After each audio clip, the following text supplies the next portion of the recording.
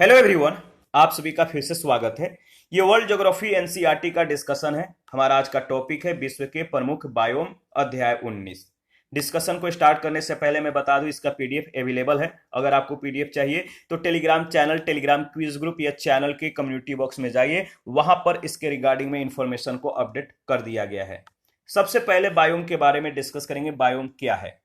तो बायोम जैवमंडलीय, स्थलीय और जलीय पारिस्थितिकी तंत्र का ही एक प्रमुख अंग है।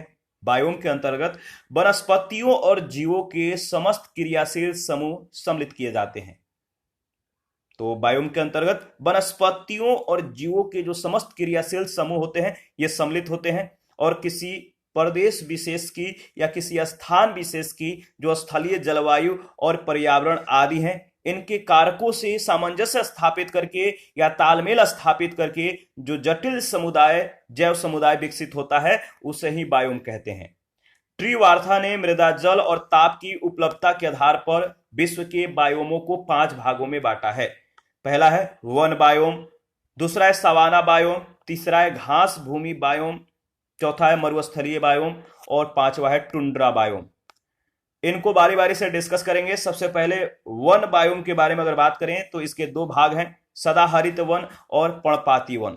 सदाहरित वन के 4 उप विभाग हैं। उष्णकटिबंधीय सदाहरित वन, मध्य अक्षांशीय सदाहरित वन, भूमध्य सागरीय सदाहरित वन और शकुंधारी वन। पर्णपाती वन के भी 2 उप विभाग हैं, मध्य अक्षांशीय पर्णपाती वन और उष्णकटिबंधीय पर्णपाती वन या मानसूनी वन। वन बायोम के अंतर्गत अगर बात करें तो इसका पहला जो भाग है सदाहरित वन। सदाहरित वन के अंतर्गत सबसे पहले उष्णकटिबंधीय सदाहरित वन के बारे में डिस्कस करेंगे।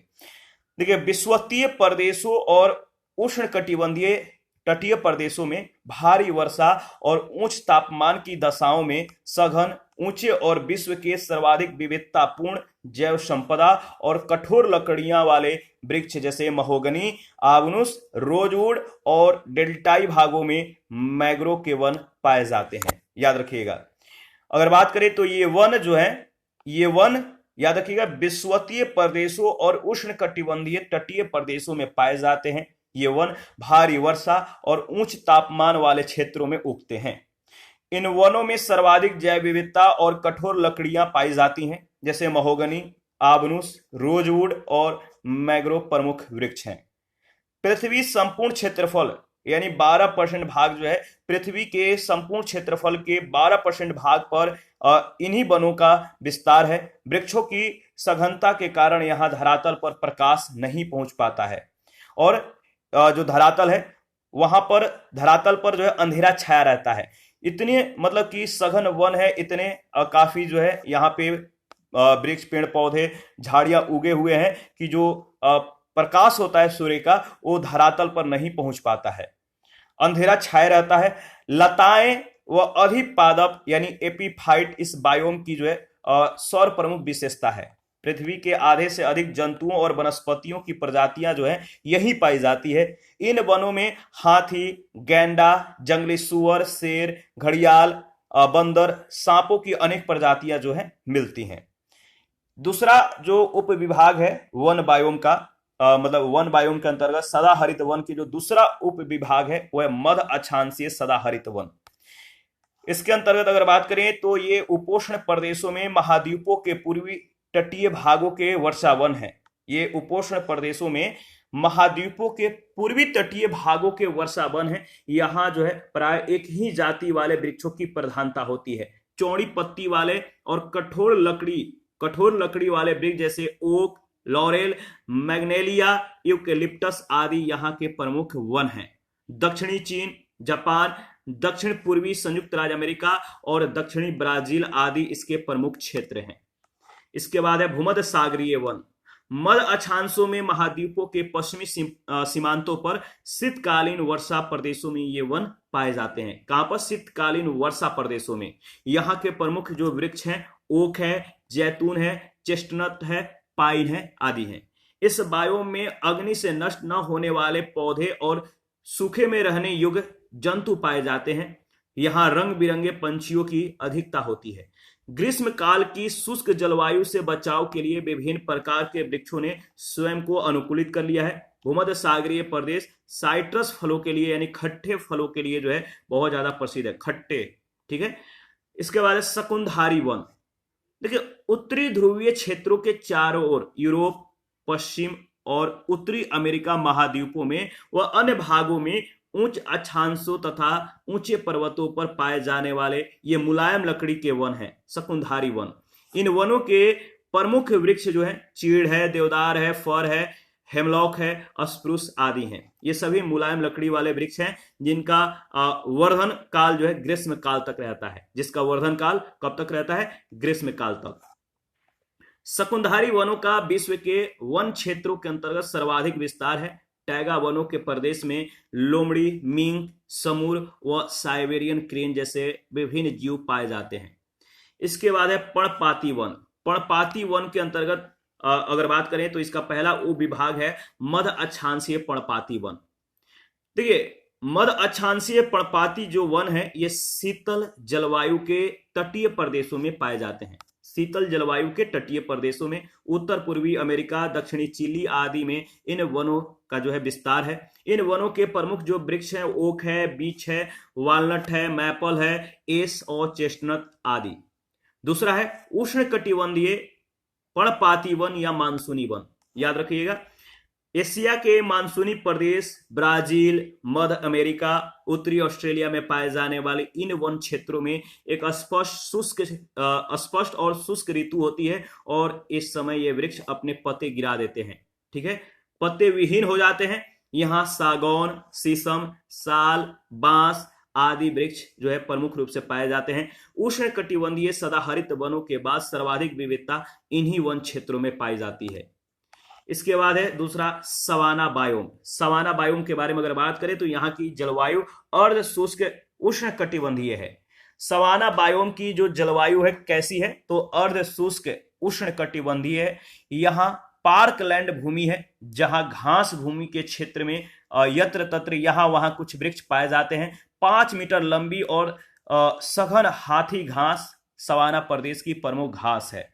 अफ्रीका, भारत, ब्राजील, पूर्वी ऑस्ट्रेलिया आदि इसके प्रमुख क्षेत्र हैं। वेनेजुएला में इस बायोम को लानोस कहा जाता है। इस बायोम में हाथी, दरियाई घोड़ा, जंगली भैंसा, हिरण, जेब्रा, सिंह, चीता, तेंदुआ, गिद्धड़ आदि मिलते हैं। इसके बाद तीसरा है, याद रखिएगा तीसरा कौन सा है, कौन सा बायोम है? तो घास भूमि बायोम। देखिए, घास भूमि जो बायोम है इसका जो पहला उपविभाग है अर्ध शुष्क महाद्वीपीय घास भूमि। यहाँ की प्रमुख वनस्पतियां लेंटाना और बफेलो घास, सूर्यमुखी, लोको घास आदि है। यहाँ की जो प्रमुख वनस्पतियां लेंटाना और बफेलो घास है, सूर्यमुखी, लोको घास आदि है। इन छोटे घास के मैदानों को यूक्रेन और दक्षिणी पश्चिमी रूस में स्टेपी और दक्षिणी अफ्रीका में वेल्ड और ब्राजील में कैंपोस कहा जाता है। याद रखिए, इस घास के मैदान को किस क्षेत्र में क्या नाम दिया गया है? तो जैसे मतलब कि यूक्रेन और दक्षिणी पश्चिमी रूस में इसे स्टेपी कहते हैं, दक्षिणी अफ्रीका में इसे वेल्ड कहते हैं और ब्राजील में इसको कैंपोस के नाम से जाना जाता है। दूसरा है मध्य अक्षांशीय आर्द्र घास भूमि। ये उपोष्ण आर्द्र जलवायु प्रदेशों के ऊंचे और सघन घास के मैदान हैं। इन्हें उत्तरी अमेरिका में प्रेयरी, दक्षिणी अमेरिका में पंपास और ऑस्ट्रेलिया में डाउन्स, न्यूजीलैंड में कैंटरबरी और हंगरी में पुस्टाज कहते हैं। यहां से बहुत बार प्रश्न पूछे गए, मिलान करने के लिए कभी कभी दे दिया जाता है या सीधे तौर पर पूछ लिया जाता है कि अमेरिका के घास के मैदान को, उत्तरी अमेरिका के घास के मैदान को क्या कहते हैं, या न्यूजीलैंड में घास के मैदान को क्या कहते हैं, या हंगरी के जो घास के मैदान है इसको क्या कहते हैं। याद रखिएगा, तो उत्तरी अमेरिका में जो घास के मैदान है इसको प्रेयरी कहते हैं, दक्षिणी अमेरिका में पंपास, ऑस्ट्रेलिया में डाउन्स, न्यूजीलैंड में कैंटरबरी और हंगरी में पुस्टाज कहते हैं। मरुस्थलीय बायोम के बारे में अगर बात करें तो यह महाद्वीपीय आंतरिक भाग है जिनमें बहुत कम और कभी कभी जो है वर्षा होती है। यहाँ पर आर्द्रता कम रहती है। यहाँ दिन बहुत गर्म और रातें ठंडी होती है। यहाँ वनस्पतियों का प्राय अभाव पाया जाता है। वनस्पतियां ना के बराबर उगती हैं, जबकि छोटी झाड़ियां जैसे नागफनी, बबूल, खजूर और खेजड़ी आदि वनस्पतियां ही उगती हैं। इसके बाद है टुंड्रा बायोम। 60 डिग्री उत्तरी अक्षांश से ऊपर के एशियाई, यूरोपीय और उत्तरी अमेरिकी भागों में वनस्पतियां अत्यंत विरल पाई जाती हैं। ठीक है, कहां पर?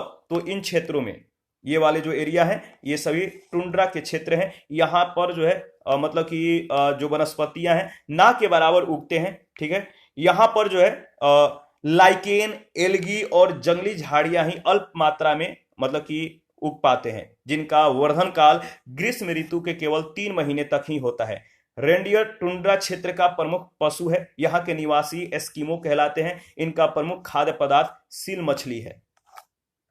तो यहाँ पे मैप को आप देख सकते हैं। मैप में दर्शाया गया है किस एरिया को मतलब कि किस एरिया के घास के मैदान को क्या बोलते हैं। जैसे आप यहाँ पे देख सकते हैं, ये है आपका टुंड्रा प्रदेश। ठीक है, ये है टैगा, ये पुष्टाज के घास का मैदान, ये गोबी मरुस्थल है, ये आपका अरब मरुस्थल है, ये सहारा मरुस्थल है, ये सवाना के घास के मैदान है, ये यहाँ पे वेल्ड है, ये आपका सेल्वास है, यहाँ पे लानोस है, ये कैंपोस है, ब्राजील के घास के मैदान है यहाँ पे, या ये जो है आपका अटकामा मरुस्थल है। ठीक है, और ये कोलोराडो मरुस्थल है, ये प्रेयरी है। तो इसको ध्यान में रखिएगा। और ऑस्ट्रेलिया में जो घास के मैदान है इसको डाउन्स बोलते हैं। ठीक है, और यहाँ पे कैंटबरी। ठीक है, आगे बढ़ते हैं। इसके बाद अगर बात करें तो नेक्स्ट सेशन जो हमारा होगा वो होगा पारिस्थितिकी तंत्र व पर्यावरण के बारे में। तो इसको नेक्स्ट सेशन में हम लोग डिस्कस करेंगे। अभी के लिए इतना ही। आप अपना प्रतिक्रिया देते रहिए, आपके प्रतिक्रियाओं का हमें बेसब्री से इंतजार रहता है। और जिन लोगों ने Telegram channel, Telegram quiz group, ये चैनल के जो पेज है जैसे फेसबुक पेज, इंस्टाग्राम, इसको अगर आपने ज्वाइन नहीं किया है तो वीडियो के डिस्क्रिप्शन बॉक्स में उन सभी का लिंक है, आप ज्वाइन कर सकते हैं। टेलीग्राम चैनल या जो टेलीग्राम क्विज ग्रुप है, यहाँ पे रोज जो है क्विज कराए जाते हैं, मतलब इंपॉर्टेंट अपडेट्स दिए जाते हैं। तो प्लीज आप लोग ज्वाइन कीजिए। थैंक यू, मिलते हैं नेक्स्ट सेशन में।